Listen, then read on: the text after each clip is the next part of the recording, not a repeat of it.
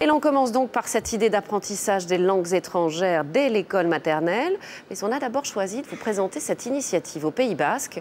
Plusieurs écoles primaires expérimentent l'apprentissage des langues par le théâtre. Ça s'appelle Langue en scène. Reportage Francis Mazoyer, Philippe Dumail.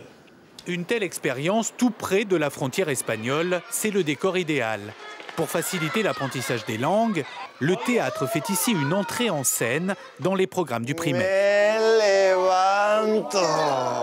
Face à ce comédien espagnol plutôt facétieux, des CP et CE1 qui sont les acteurs de leur apprentissage. Parfois, on a l'impression qu'on est en Espagne. C'est vrai? Pourquoi? Parce qu'on parle espagnol. Et vous n'avez pas l'impression d'être au théâtre? Si. Derrière le rideau, les comédiens sont des intervenants extérieurs de l'association Langue en scène, tous natifs d'un des pays de la langue enseignée. Voici Cathy, l'américaine, qui fait tout pour décomplexer les élèves. On doit travailler l'intonation, la prononciation, le vocabulaire, mais en rajoutant le théâtre dessus, on peut aussi travailler sur le lâcher-prise, la confiance en soi, et du coup, on apprend sans se rendre compte. Do it again. Very good. Do it again. Do it again. Excellent. Sam. Avec l'accent ou pas, l'objectif est de permettre aux enfants de savoir s'exprimer, de connaître les rudiments de la langue à leur entrée en 6e. 1h30 par semaine dispensée par les enseignants du primaire, ça n'est pas toujours suffisant. Yeah!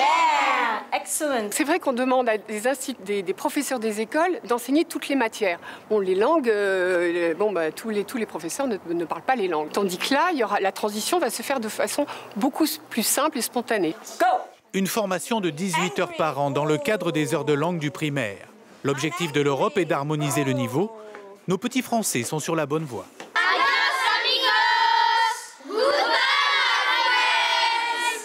Ils sont assez forts. Alors, langues étrangères, peut-on sensibiliser les enfants dès l'école maternelle ou est-ce beaucoup trop tôt? C'est la question du Trésor de France 2. Et pour y répondre, nous recevons Sébastien Cyr. Bonjour et merci d'être avec nous. Vous êtes secrétaire général du SNUIP, le principal syndicat du primaire et de la maternelle, d'ailleurs. Est-ce que ça vous semble une bonne idée, l'anglais dès la maternelle, sur le fond? L'anglais dès la maternelle pour sensibiliser les enfants en fait à une langue étrangère, ça peut être une bonne idée.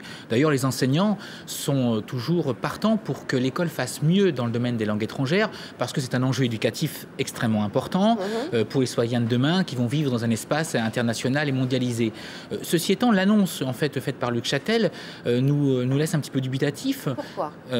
Parce que, si vous voulez, il faudrait déjà, dans un premier temps, s'assurer que l'enseignement des langues vivantes, qui est obligatoire au primaire à partir du CE1, le soit de manière effective. Ça n'est pas le cas? Ce n'est pas le cas parce qu'aujourd'hui, d'après les derniers chiffres communiqués par le ministère, seulement 82% des élèves bénéficient d'un enseignement en fait, des langues vivantes au CE1 parce qu'il n'y a pas assez de formation. Les enseignants du premier degré ne sont pas assez formés et donc c'est plutôt la question des conditions d'apprentissage qu'il faut véritablement remettre en débat plutôt que la question de la précocité de son enseignement. Donc vous êtes en train de nous dire qu'avant de commencer l'anglais à la maternelle, il faudrait déjà qu'on assure véritablement à 100% l'anglais au CE1 et pourquoi pas au CP à la limite. Tout à fait. Alors au CP, ce n'est pas dans les programmes. Au CP, c'est simplement la sensibilisation en fait qui est prévue.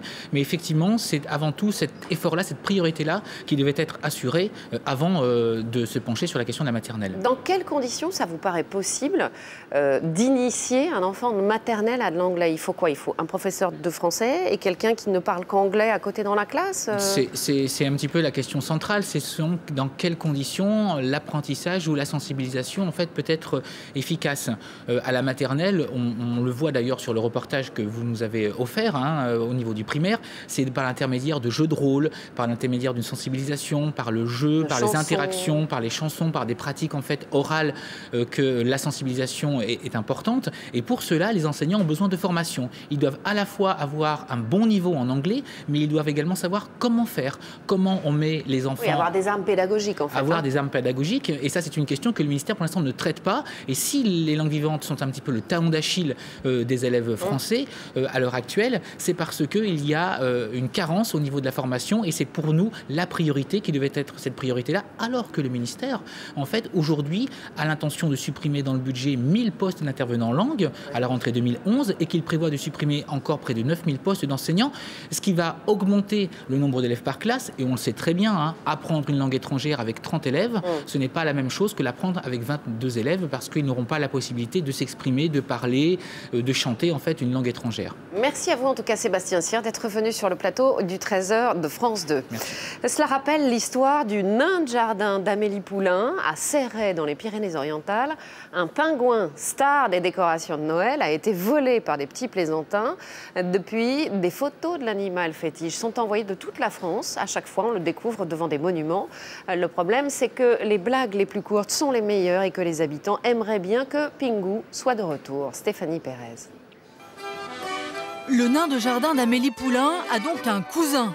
Voici Pingu chez Mickey, Pingu à Marseille et Pingu à Château-Thierry chez Jean de La Fontaine. Les drôles d'aventures d'un pingouin décoratif qui a été volé lors des fêtes de Noël de ce village des Pyrénées-Orientales. Effectivement,